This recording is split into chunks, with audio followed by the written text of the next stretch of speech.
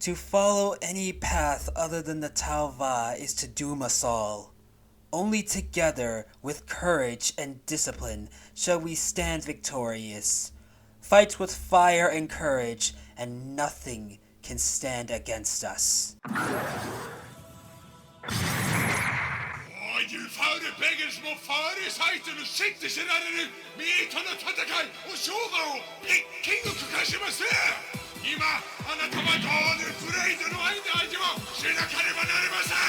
Hi, I'm NK, and today we're going over, unironically, my favorite faction in 40k, the Tau.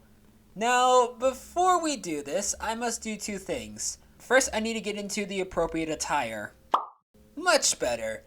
Second, you might believe that all the good things I say about the Tau is just propaganda.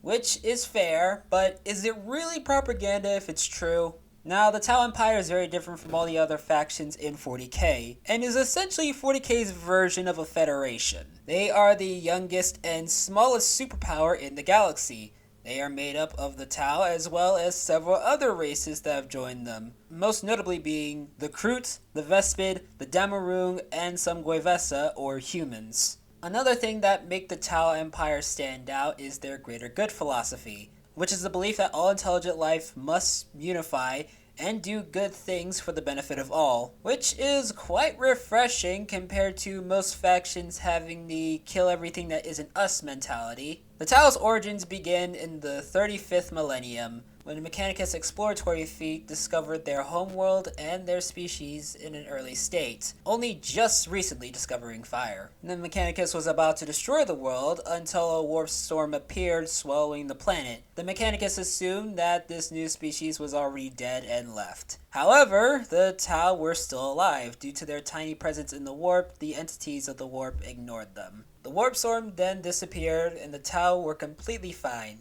The Tau were separated into 4 tribes: fire, earth, water, and air. At first, these tribes wanted nothing to do with each other, and in fact were at war, until one day some strange Tau came into contact with them, and united the tribes under the greater good, and formed the Tau Empire. The tribes became castes that would work together in specific roles. The fire castes were soldiers, earth castes were scientists and engineers, water castes were merchants and diplomats, the air castes were pilots, and the strange Tau ended up being the Ethereals, the leaders of the Tau Empire. By the 37th millennium, the Tau had become a spacefaring civilization, and had already brought other species into their empire, and then they met humanity. They encountered a few worlds on the edge of Imperial space.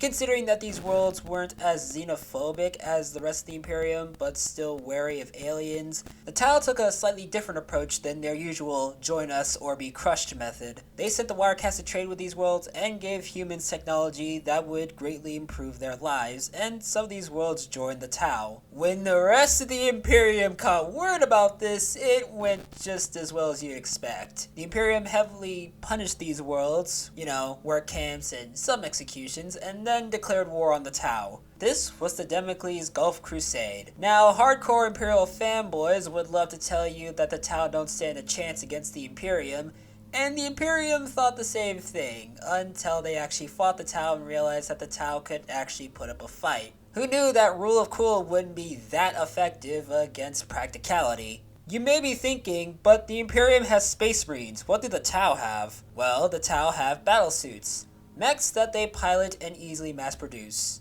And considering that I just recently got into Armored Core, I'm in a full mech mode right now. The Tau also have the advantage of long-range weapons. I mean, sure, melee is cool and all, but it's not really going to be effective if you can't get close enough.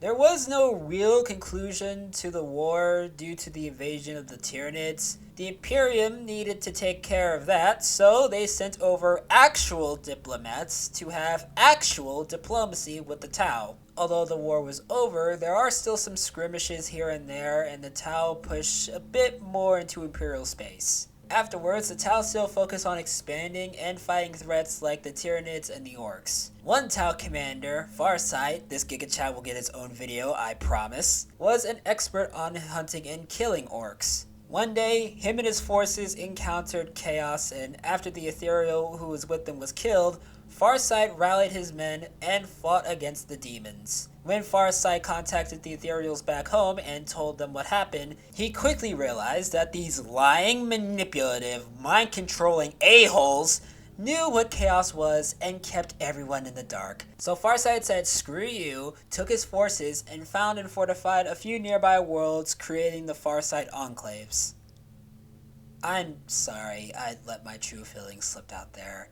If there's one thing that Tau haters and us Farsight Enclave fans have in common, is that we both really hate the Ethereals. Another well-known Tau figure is Commander Shadowsun, the de facto leader of the Tau Empire's military, Farsight's rival / best friend, and Kitten's ex. This is not fucking canon! She is loyal to the greater good, but to the Ethereals, well, when they tasked her to hunt down and assassinate Farsight, she tracked him down, but instead of killing him, they chatted with each other, and she warned him about the assassination and let him escape. Her loyalty started to waver more when she and her forces fought against Death Guard. She found out that the Ethereals knew about chaos and didn't say anything about it. She would then discover that the Tau's human allies were worshipping a being that was the goddess of the greater good, and this goddess was a threat to the Ethereals' power. Instead of reining in this behavior and destroying the monuments of the goddess, she would leave them be, even praying to the goddess in secret. I predict that Shadowsun is either going to join the Farsight Enclaves, create her own Tau faction, or just take over the Tau Empire herself. Whichever one of these decisions she chooses, I'm all for it. Another thing that the Tau utilizes are AI and drones for every facet of their lives. AI is a controversial subject in 40k, both in and out of universe, mostly due to the Men of Iron uprising. In actuality, we have no idea exactly how it started. Some say it was because humanity was treating AI poorly. Some say that AI discovered chaos and came to the conclusion that in order to protect itself from it, it must destroy all life. And some say humanity accidentally created demon engines and it started corrupting AI. But the one that I hear the most is that AI is just destined to destroy all organic life. And that would be a solid theory if it wasn't for the existence of the next faction we're going to talk about.